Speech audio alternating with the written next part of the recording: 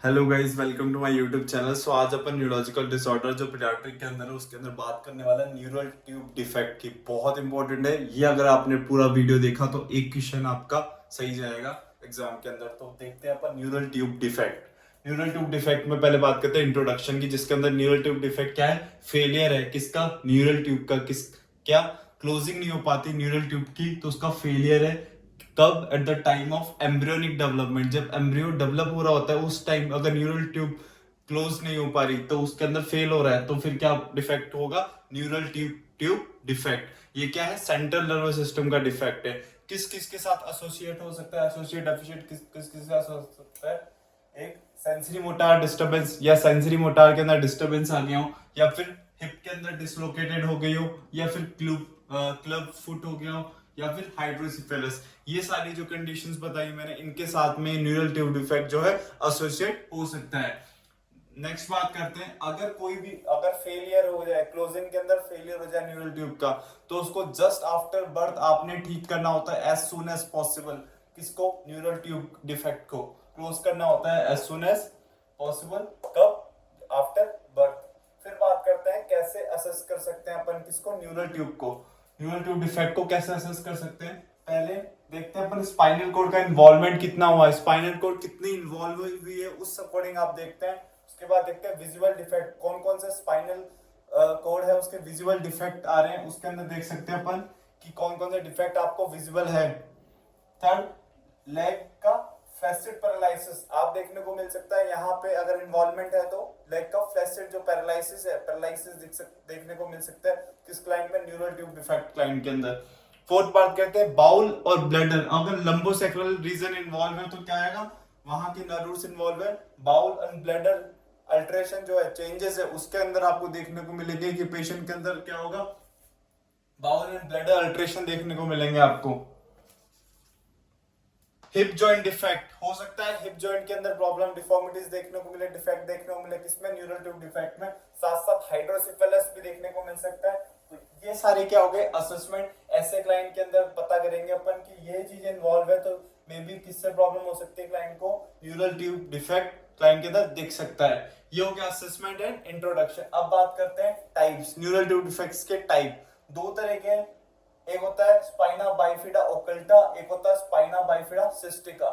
जो ओकल्टा होता है ये मोस्ट कॉमन टाइप है। कौन सा? Spina bifida occulta. उसमें देखते हैं अपन posterior vertebral arch. Posterior vertebral arch जो होती है वो क्लोज हो जाती है, फेल हो जाता है, उसका क्लोजर जो है नहीं हो पाती। तो किस रीजन में? Lumbosacral area. ना लंबर में है सैक्रल में, दोनों मिक्स। लंबोसैक्रल एरिया बहुत इंपॉर्टेंट, याद रखना। फेलियर हो जाता है क्लोजिंग का किसका? पोस्टीरियर वर्टिब्रल आर्च का। किसके अंदर? At the region of lumbosacral area. तो कंडीशन क्या बोलते हैं? Spina bifida occulta. तो ये नॉर्मल है, इसके अंदर कोई भी इन्वॉल्वमेंट नहीं हो रहा, स्पाइनल कोड इन्वॉल्वमेंट नहीं है, तो उससे रिलेटेड डिफॉर्मिटीज नहीं देखने को मिलेगी आपको। बेसिक टाइप है, कोई साइन एंड सिम्टम आपको देखने को नहीं मिल रहे। बस क्या हुआ, एक वर्टिबल के अंदर स्पेस आ गया, स्पेस आ गया, वहां पे स्पेस क्रिएट हो गया वर्टिबल रीजन के अंदर। किसके अंदर? कंडीशन क्या बोलेंगे? मोस्ट कॉमन होगी, इसलिए सीवियर सिम्टम्स नहीं है कोई। Spina bifida occulta. उसके बाद करते हैं स्पाइना बाइफिडा सिस्टिका। सिस्टिका नाम से सिस्ट फॉर्मेशन हो रहा है। तो इसमें क्या होता है? स्पाइनल कॉर्ड एंड मेनिंजेस दोनों इन्वॉल्वमेंट है, स्पाइनल कॉर्ड का, और मेनिंजेस कवरिंग लेयर जो होती है उसका इन्वॉल्वमेंट है। क्या होता है? प्रोट्यूड कर जाती है। प्रोट्यूड मतलब बाहर, आउट पाउचिंग हो जाती है, बाहर की तरफ निकल जाती है। और उसके साथ देखते हैं vertebral and neural tube. Vertebral and neural tube के अंदर क्या होता है? इनकम्प्लीट क्लोजर हो जाता है। किसका? वर्टिब्रल और न्यूरल ट्यूब का इनकम्प्लीट क्लोजर हो जाता है। किस रीजन में? स्पाइना बाइफिडा ओकल्टा में होता है लंबोसैक्रल के अंदर। इसमें या तो लंबर होगा या फिर सैक्रल होगा, या तो लंबर होगा या फिर सैक्रल होगा। इसके अंदर क्या बन जाएगा? मैंने बताया सिस्ट बन जाएगा, सैक बन जाएगा, सैक लाइक प्रोट्रूजन हो जाएगा। सैक लाइक प्रोट्रूजन एक थैले की तरह प्रोट्रूड कर जाएगा बाहर, सैक बन जाएगा। With neural tissue involvement, with neural tissue involvement, तो क्या होगा? न्यूरल टिश्यूज भी इन्वॉल्व हो जाएंगे। तो ये क्या हो गया? Spina bifida cystica. ये स्पाइना बाइफिडा हो गया most common type. Spina bifida cystica जो हो गया, इसके अंदर चीजें आने वाली है, तो इसका मतलब ये इससे ज्यादा डेंजरस है, ये इससे ज्यादा सीवियर है। अब देखते हैं स्पाइना बाइफिडा सिस्टिका के अंदर क्या क्या चीजें इंक्लूड होती है। गाइस अब बात कर लेते हैं स्पाइना बाइफिडा सिस्टिका जो होते हैं वो क्या क्या इंक्लूड करती है। आगे देखो, आपने देखा न्यूरल ट्यूब डिफेक्ट किस लिए मेजर क्या है, B9 जो होता है फॉलिक एसिड उसकी डेफिशिएंसी हो जाती है at the time of 4 weeks of pregnancy. क्योंकि उस वक्त आपको पता नहीं चलता, 4 वीक्स इतना इनिशिएटिव है, पता नहीं चलता स्टार्टिंग के अंदर की फॉलिक एसिड लेना है नहीं लेना, तो वहां पे मेजर डेफिशिएंसी हो जाती है फॉलिक एसिड की, तो क्या राइज होती है प्रॉब्लम न्यूरल ट्यूब डिफेक्ट। यहाँ तक पढ़ा था आपने। उसके बाद स्पाइना बाइफिडा के इंक्लूड इंट्रो और असेसमेंट पढ़ लिया। अब देखते हैं इंक्लूड क्या करता है स्पाइना बाइफिडा सिस्टिका।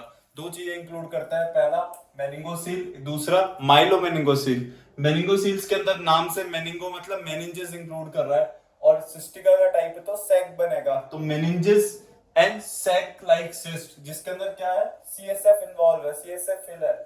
क्या कौन से एरिया में, लंबोसेक्रल एरिया में, कौन से रीजन में, लंबोसेक्रल एरिया के अंदर meninges and sac like cyst का क्या हो रहा है, प्रोट्रूजन हो रहा है।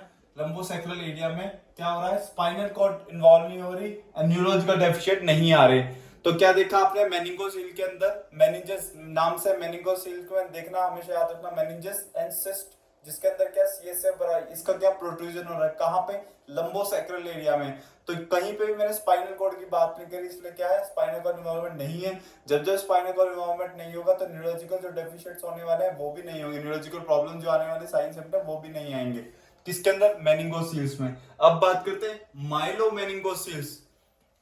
ये क्या है, मोस्ट सीवियर टाइप है, मोस्ट सीवियर टाइप है। और मेनिंगोसील क्या है, less severe type, less common type, less common type. और ये क्या है, माइलोमेनिंगोसिल मोस्ट सीवियर, मोस्ट डेंजरस जो टाइप है वो है माइलोमेनिंगोसिल। और आपने देखा मोस्ट कॉमन क्या है, स्पाइना बाइफिडा ओकल्टा देखा आपने टाइप जो था। उसके बाद माइलोमेनिंगोसिल्स के अंदर देखते हैं अपन मेनिंजेस। अब इन्वॉल्वमेंट देखना आप, मेनिंजेस का इन्वॉल्वमेंट वहां भी था, सिस्ट वाला इन्वॉल्वमेंट वहां भी था, CSF वाला। इसके अंदर क्या आ गया, नर्व रूट्स और स्पाइनल कॉर्ड, दो चीजें नहीं आ गई, नर्व रूट्स और स्पाइनल कॉर्ड इन्वॉल्वमेंट। इसलिए ही इसको बनाता है most severe type, most dangerous type. किसको, माइलोमेनिंगोसिल्स। मेनिंगोसिल्स था पर माइलो इंक्लूड हो गया अलग, इसलिए ही nerve roots and spinal cord involvement आ गया आपको। किनका, प्रोट्रूजन हो गया इन सबका। तो क्या हो गया, सैक बन गया, जो क्या हो, फिर क्या होता है इससे, जो सैक बनता है वो थिन हो जाता है, थिन हो जाता है तो मोर प्रोन टू रप्चर या लीकेज होने के चांसेस ज्यादा होते हैं वहां CSF के। तो प्रॉब्लम क्या आने वाली है, न्यूरोलॉजिकल डेफिशिएंट दिखने वाले हैं, क्योंकि इन्वॉल्वमेंट हो गया स्पाइनल कोड का, नर्व रूट्स का। ठीक है, इतना ही अंतर है मेनिंगोसील माइलोमेनिंगोसील्स में। एक के अंदर स्पाइनल कॉर्ड इन्वॉल्वमेंट होता है, माइलो के अंदर, मेनिंगोसील में स्पाइनल कॉर्ड इन्वॉल्वमेंट नहीं होता है। जिसमें होता है वहां न्यूरोलॉजिकल डेफिशिएंट दिखते हैं, जिसमें नहीं होता है वहां न्यूरोलॉजिकल डेफिशिएंट नहीं दिखते हैं। अब आपको पता चल गया कि न्यूरल डिफेक्ट के टाइप कितने। आपने बताया पहला टाइप ओकल्टा मोस्ट कॉमन है, कुछ नहीं होता, वर्टिबल सेक के अंदर स्पेस आ जाता है, कोई साइन कुछ नहीं। उसके बाद देखते हैं सिस्टिका, मतलब सिस्ट बनने वाली है, स्पाइना बाइफिडा सिस्टिका मतलब सिस्ट बनने वाली है, सिस्ट बनेगी, साथ में मेनिंजेस इन्वॉल्वमेंट होंगे। अब मेनिंजेस इन्वॉल्वमेंट, सिस्ट बनेगी, एक क्या दो चीजें अलग है इसमें, किसी में स्पाइनल कॉर्ड इन्वॉल्वमेंट होगा, किसी में नहीं होगा। जिसके अंदर नहीं होगा तो उसका टाइप क्या होगा, मेनिंगोसील्स, मतलब इन्वॉल्वमेंट नहीं है स्पाइनल कॉर्ड का। जिसमें होगा उसका टाइप होगा माइलोमेनिंगोसील। बस इतना ही अंतर है, तीन चीजें, बाइफिडा याद रखो, सिस्टिका के दो याद रखो, मेनिंगोसिस माइलोमेनिंगोसिस, ये हो गया इसके type of neural tube defect. इसके अंदर एक और आता है लाइपोमेनिंगोसिस, माइलोमेनिंगोसिस। कुछ नहीं, लाइपो मतलब फैट, फैट का इन्वॉल्वमेंट हो जाता है, फैट प्रोड्यूस कर जाता है साथ में स्पाइन के, उसको पुल कर लेता है। याद रखने की जरूरत नहीं है, कॉमन नहीं है। लाइपोमेनिंगोसिस और लाइपोमेनिंगो माइलोसिस, मतलब लाइपो लगा देना है इसी से आके, बट फैट का इन्वॉल्वमेंट, फैट प्रोड्यूस और कर जाता है स्पाइन के साथ में। बस इतना ही है उसके अंदर।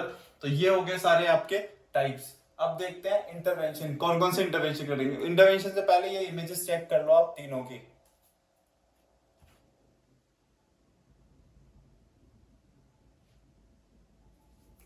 यहां तक इमेजेस में आप इंक्लूड हो गया ओकल्ट, स्पाइना बाइफिडा ओकल्टा, मेनिंगोसिस और माइलोमेनिंगोसिस। अब देखते हैं इंटरवेंशन कैसे होगा। इंटरवेंशन के लिए पहले देखो आप सैक और लेजन, इसको क्या मेजर करना है, सैक और लेजन, क्या लेजन बने या कितना सैक है, उसको मेजरमेंट करना है उसका। नेक्स्ट बात करते हैं न्यूरोलॉजिकल असेसमेंट, बहुत इंपॉर्टेंट है न्यूरल ट्यूब डिफेक्ट में कि सेंट्रल नर्वस सिस्टम डिफेक्ट है, न्यूरोलॉजिकल असेसमेंट करना है। साथ में देखना है आईसीपी बढ़ा हुआ है या नहीं है। आपने देखा चांसेस किसके होते हैं, हाइड्रोसिफेलस के, इसलिए ही देखना आईसीपी बड़ा हुआ है, इसको मॉनिटर करना बहुत इंपॉर्टेंट है। थर्ड बात करते हैं, हेड का सर्कमफ्रेंस देखना है। हेड का सर्कमफ्रेंस देखना है। हाइड्रोसेफेलस में क्या करते हैं, हेड का सर्कमफ्रेंस लास्ट आपने पढ़ा। साथ में एंटीरियर फोंटेनल की बल्जिंग देखते हैं, सेम बात हाइड्रोसेफेलस में पढ़ा। चांसेस ऑफ हाइड्रोसेफेलस मतलब हाइड्रोसेफेलस होने वाला है तो उसको मॉनिटर करो अगर होता है तो। फोर्थ, बाद में जो सैक बना उसको कवर करना है आप लोग, क्यों, मॉइस्ट रखना है उसको। स्टेराइल मॉइस्ट नॉन एडिडेंट मतलब उसको चुपके नहीं ज्यादा, ड्रेसिंग ऐसी स्टाइल रखनी है। मॉइस्ट के अंदर नॉर्मल सलाइन आप यूज कर सकते हैं, तो sterile moist non adherent dressing use करनी है सैक जो है उसको कवर करने के लिए, ताकि वो मॉइस्चर मेंटेन रखे सैक का, और सैक के अंदर जो कंटेंट्स है उसका भी मॉइस्चर मेंटेन रखें। फिफ्थ, अर्ली साइन, अगर सैक के अंदर इन्फेक्शन हो गया है, सैक का जैसे पुल एंड डिस्चार्ज हो गया, सैक के अंदर ड्रेनेज कुछ निकल रहा है, तो फिर आपने देखना है कि यार ये सब तो ड्रेनेज निकल रहा है, क्या इन्फेक्शन हुआ है क्या, कैसे पता करूं। तो अर्ली साइन जो सैक का इन्फेक्शन है वो देखते हो। टेम्परेचर बढ़ता है एक्सिलरी, तो टेम्परेचर आपको देखने को मिलता है बढ़ा हुआ। इरिटेबिलिटी देखने को मिलती है, लिथार्जी, नकल इरिटेटिस, मतलब almost same. Science of manager irritation पढ़ाया था, ऑलमोस्ट सेम है।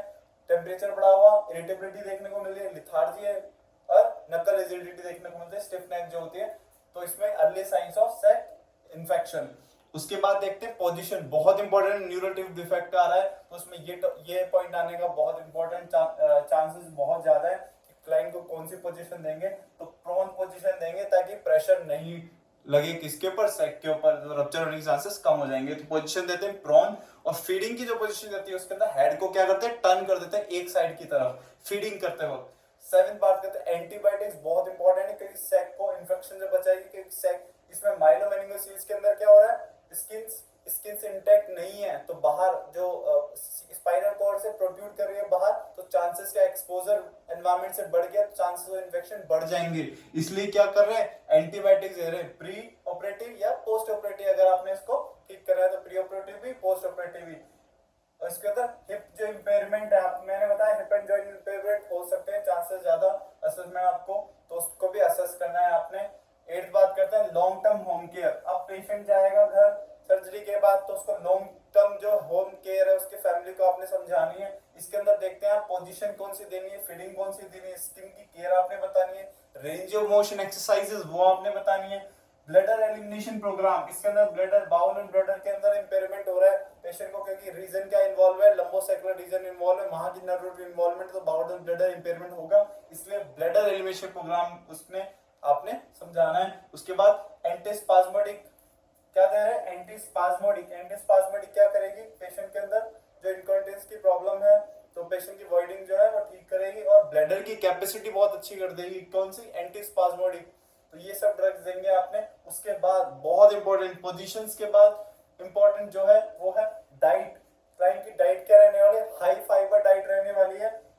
और जो फ्लूइड इंटेक है वो अच्छा रखना है आपने, फाइबर डाइट अच्छी रखनी है, फ्लूइड इंटेक अच्छा करना है, किसमें, क्लाइंट में, न्यूरल डिफेक्ट के अंदर। नेक्स्ट बात करते हैं लेटेक्स एलर्जी। क्लाइंट इतनी सारी केयर ले रहा है, तो इतनी सारी केयर ले रहा है तो उसके अंदर क्या करेंगे, लेटेक्स एलर्जी के चांसेस ज्यादा हो जाएंगे क्लाइंट के, क्योंकि वहां पे क्या स्टैंडर्ड प्रिकॉशन मेंटेन करेगा जब हेल्थ केयर, तो उसमें चांसेस क्या है, लेटेक्स एलर्जी जो है उसके चांसेस रिस्क बढ़ जाएंगे। तो पूछेगा अगर न्यूरल डिफेक्ट के अंदर चांसेस ऑफ लेटेक्स एलर्जी होते हैं नहीं होते, हाँ, increase risk of latex allergy देखने को मिलता है, किसमें, न्यूरल ट्यूब डिफेक्ट में। आई होप गाइज यहाँ तक आपको क्लियर हो। बहुत ही छोटा सा टॉपिक है बट इंपॉर्टेंट है, एक क्वेश्चन आपका पक्का बनता है यहाँ से। चलो मिलते हैं अगले वीडियो में, तब तक के लिए मेरे वीडियो को लाइक करें, इस चैनल को सब्सक्राइब करें। टाटा।